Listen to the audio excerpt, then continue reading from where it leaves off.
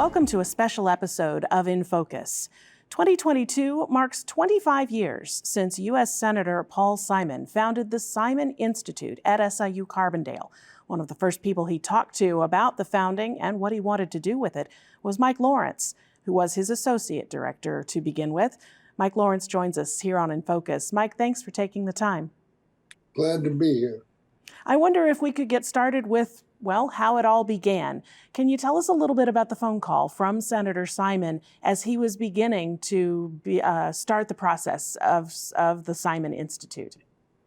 Well, at the time I received the call, I was press secretary and senior policy advisor for Governor Edgar. And Paul confided in me that he was not going to run for re-election in 1996, and he was going to found a public policy institute at Southern Illinois University.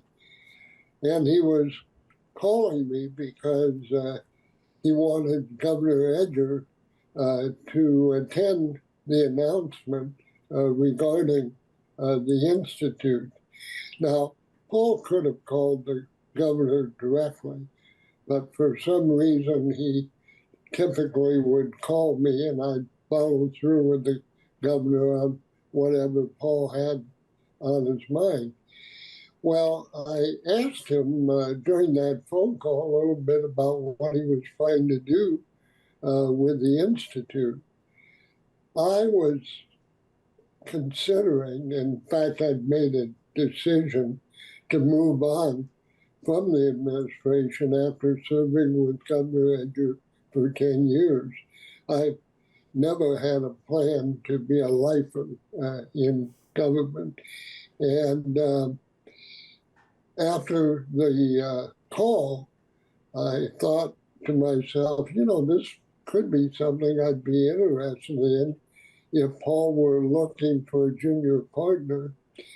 And so I got in touch with Gene Callahan, a mutual friend of Paul and mine. I didn't want to put Paul in a position where he had to say, you know, I'm really not interested in bringing you here. So I used Gene as an intermediary. Well, a couple of days later, my phone rang. There was this very familiar baritone voice on the other end saying, "When can you come?" So Governor Edgar asked me to finish that legislative session with him, and I moved down to Carbondale right after Independence Day in July of 1997. I wonder, when Senator Simon began the Institute, he talked a lot about some of his big visions, both on the global scale and on a statewide scale. I know one of the initiatives that he really focused with you on was campaign finance reform. I know there was a summit late in the 1990s that brought a lot of people from across the state to Carbondale to get them out of Springfield and out of those seats of power and really have some deep discussions. What was that seminar and that workshop like for you? Well, actually, the real work was done through four legislators, two from the Senate, two from the House, two Democrats, and two Republicans. And we worked over a period of months to put together a package.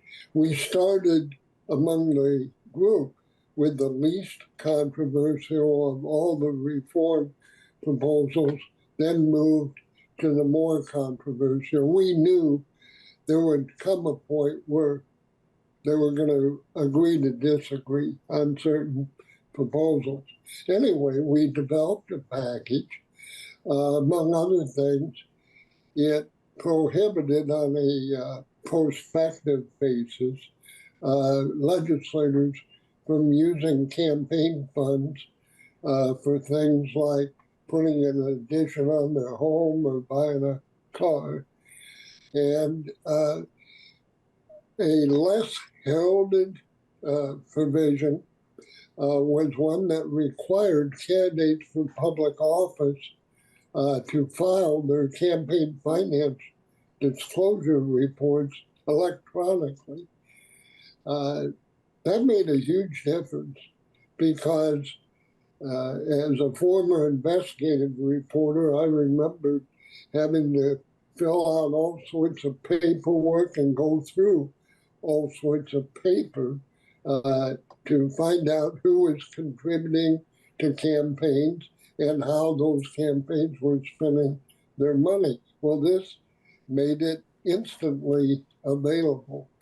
Well, one of the four I worked with was a state senator named Barack Obama.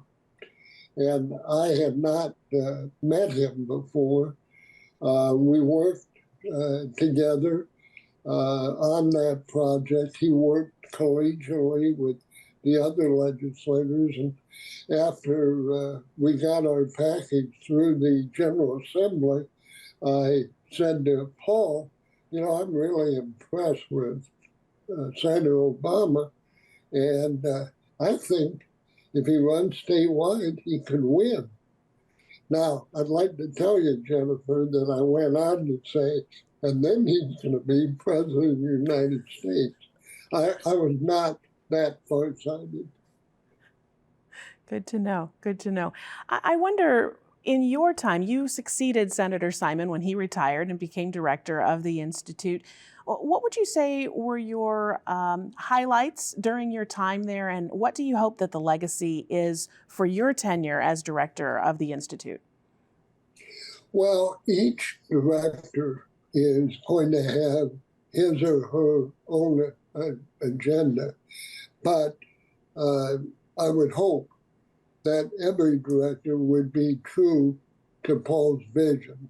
And his vision was essentially that the Institute be a do tank and not a think tank, that it tackle major issues, a lot of which were not in the headlines, but were very important, by bringing together people in the arena, elected officials, appointed officials, community leaders, religious leaders, and by bringing them together, come up with concrete recommendations, and even beyond that, perhaps like we did on campaign finance reform, actually converting a lot of those proposals into law.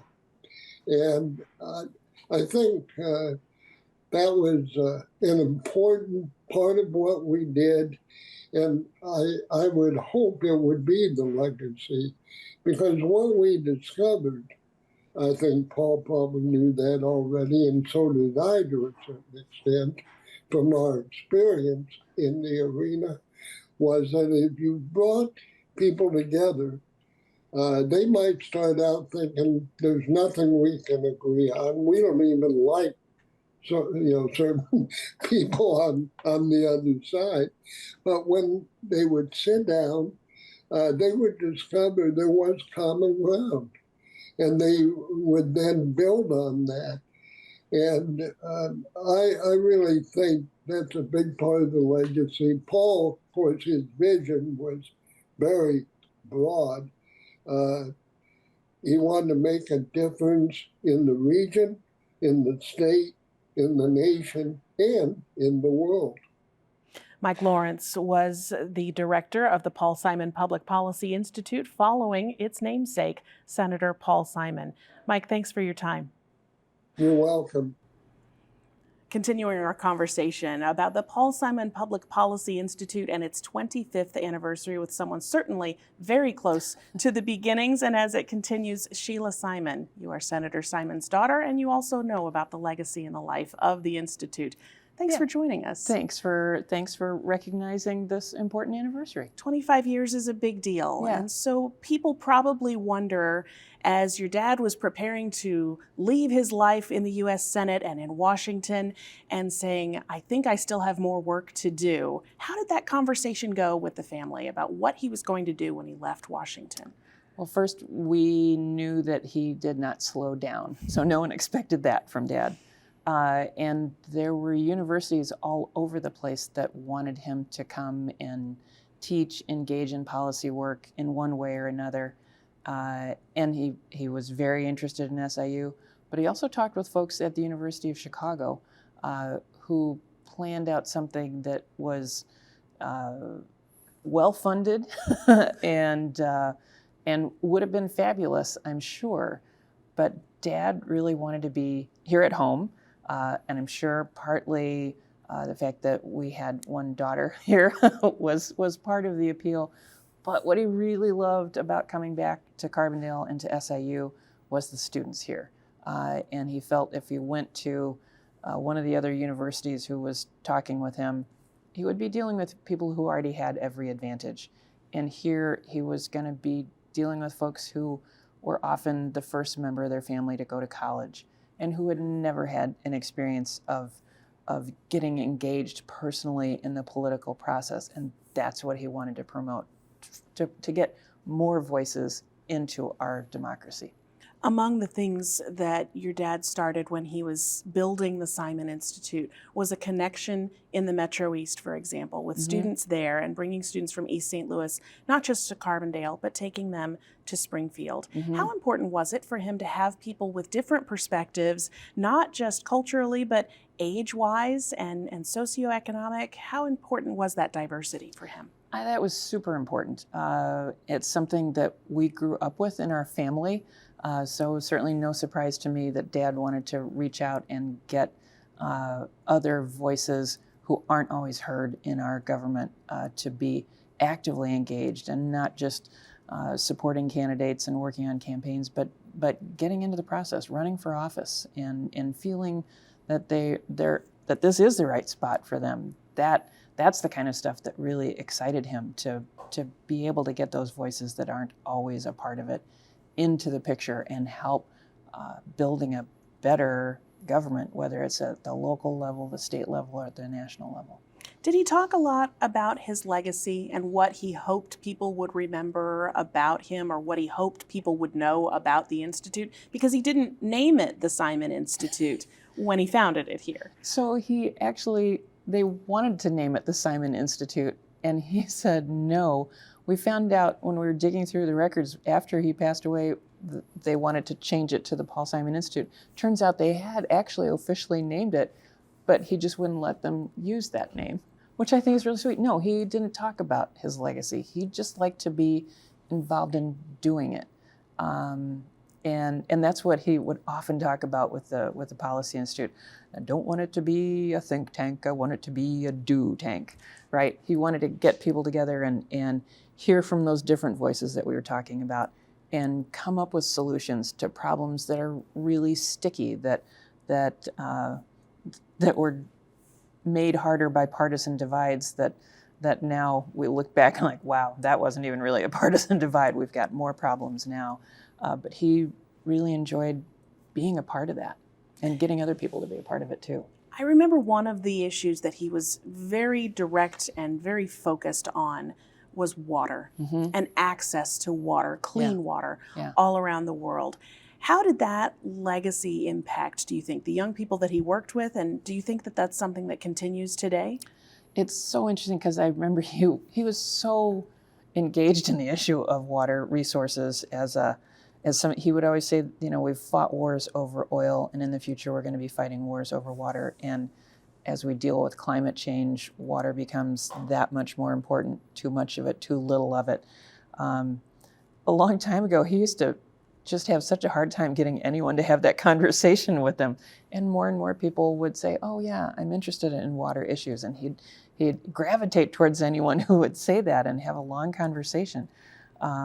So yeah, I think he maybe queued up the issue for the rest of us to take and do some more with.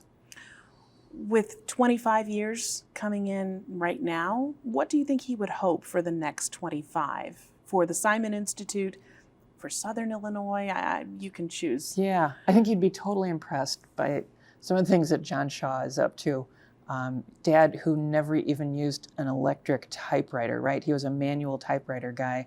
To see that during the pandemic, John fired up a whole system of roping in people from all over the world, and all of us in Southern Illinois could have access to them. He'd be thrilled by that. He'd be thrilled by how that inspires people.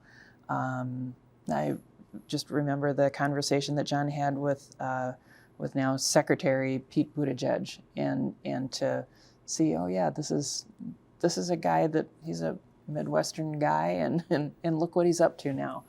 We can do this. So Dad would be thrilled by that, even though I'm sure he'd be totally befuddled by the technology. You have your own connections through Illinois politics and federal politics as well. Do you think that the Simon Institute is living up to what people know about your dad and about the Simon name?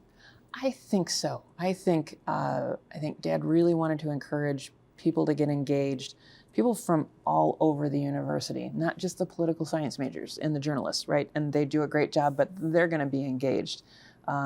He would have been impressed by David Yepsen reaching out to the hard science majors and getting them engaged.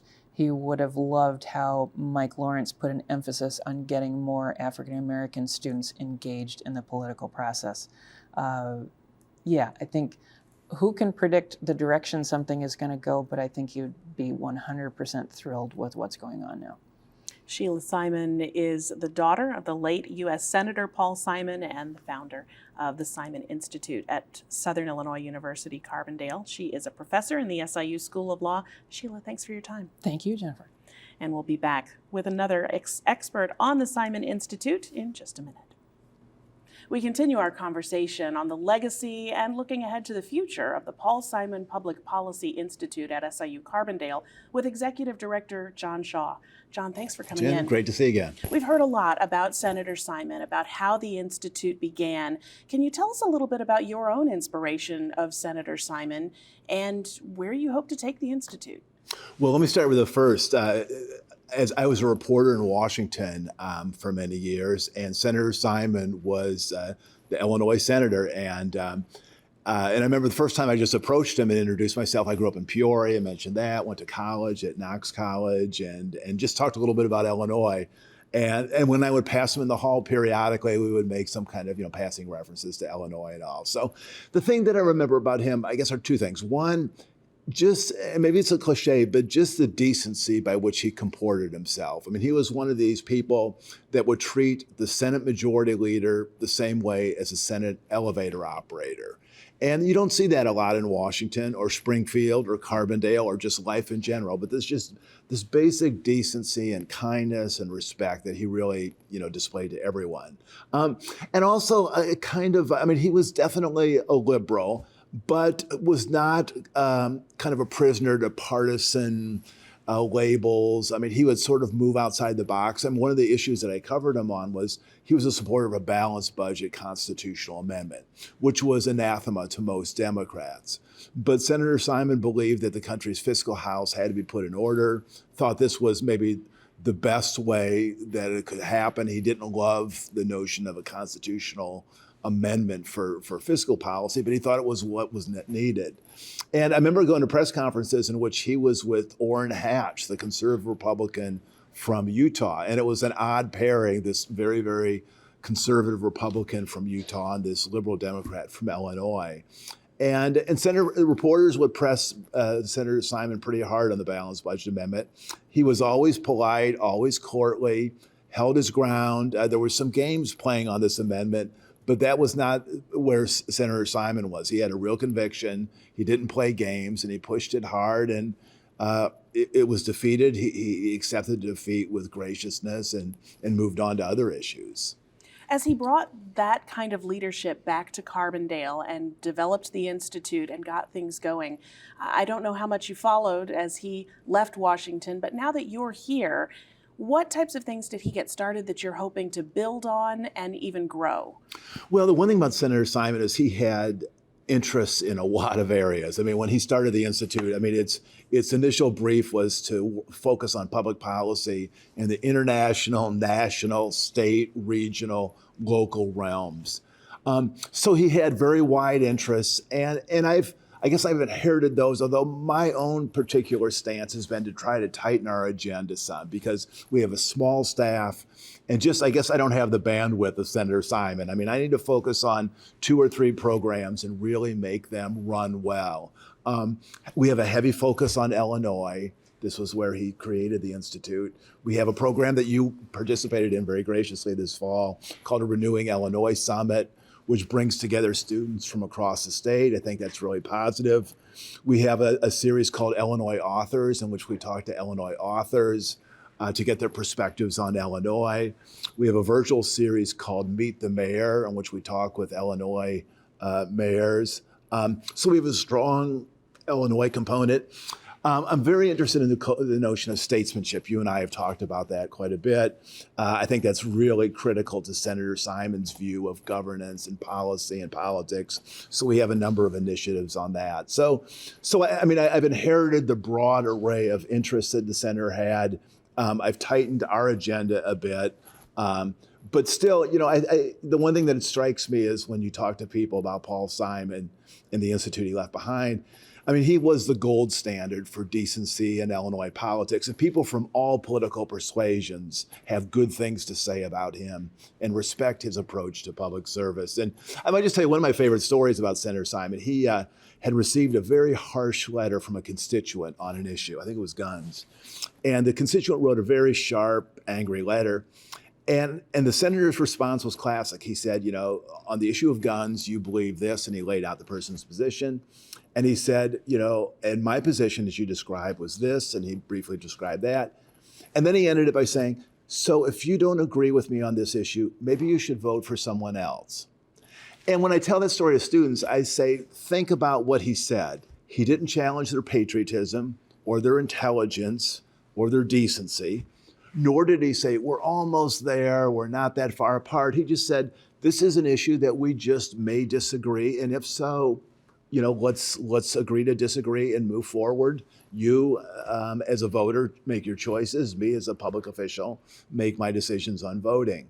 And I tell my students, I mean, wouldn't you rather have a career on that basis than serving decades with, you know, twisting and turning in the wind and just trying to survive? So I think, to me, one of the most enduring aspects of Senator Simon's legacy was just his approach to public service and government. It was just really honorable and decent and civil, and that's something that we can all learn from now, I think. In full disclosure, I was a student of Senator Simon when he was here at Southern Illinois University, and he loved telling stories like those and talked about the way forward for democracy or the way forward for the union. I wonder, as you work with students now, there's a legacy there in his service to the young people and the future, he said, of this university and of this nation. What kind of hopes do you have for the students that are a part of the Simon Internship Program or some of the other programs that the Institute provides in terms of what they'll take into the world? Yeah, I mean, first of all, we want to give them experience in how government works. And, you know, these internships in Springfield are invaluable for that. I started my career as an intern many years ago, and it was just kind of launched my career. So that's really, really key. And I think also just more broadly, just kind of the ethos of Senator Simon. And, you know, one of our challenges, frankly, is to reintroduce Senator Simon to a new generation because, you know, he passed away nearly 20 years ago. You know, he left politics, you know, years before that. And people, particularly young students, may have heard of him a bit, but don't really know very much about him. So that's one of the things we're trying to do is constantly find new ways of making his life and legacy more understandable to students. And that's a continuing challenge, to be frank. A lot of people see lawmakers like a U.S. senator or like a congressman, even state lawmakers, as unreachable, someone that they can't reach out and talk to or bring their issues to. Just a minute or so that we have remaining. How can people get involved with the Simon Institute so that their voices might be heard? Well, I guess a number of ways. One, just follow our events. We're going to have more in-person events now that COVID seems to have mercifully passed from the scene. We have lots of virtual conversations with people from really around the world. Just recently, we had a wonderful conversation with the New York Times chief European correspondent in Paris. You know, we've had the former president of Ireland, Leon Panetta, et cetera, et cetera. So watch our virtual events, come to our in-person events, go to our website and see some of the programs that we're working on. And we encourage students to come on down. We'd love to see them at the Institute as much as possible. John Shaw is the Executive Director of the Paul Simon Public Policy Institute at Southern Illinois University, Carbondale. John, thanks for taking the time. Thank you so much. And thank you for joining us on this special edition of InFocus. We hope that you'll join us again. You can find all of our videos online at WSIU.org and at our YouTube channel, where you can click that subscribe button. For all of us here at WSIU, I'm Jennifer Fuller. Thanks for joining us.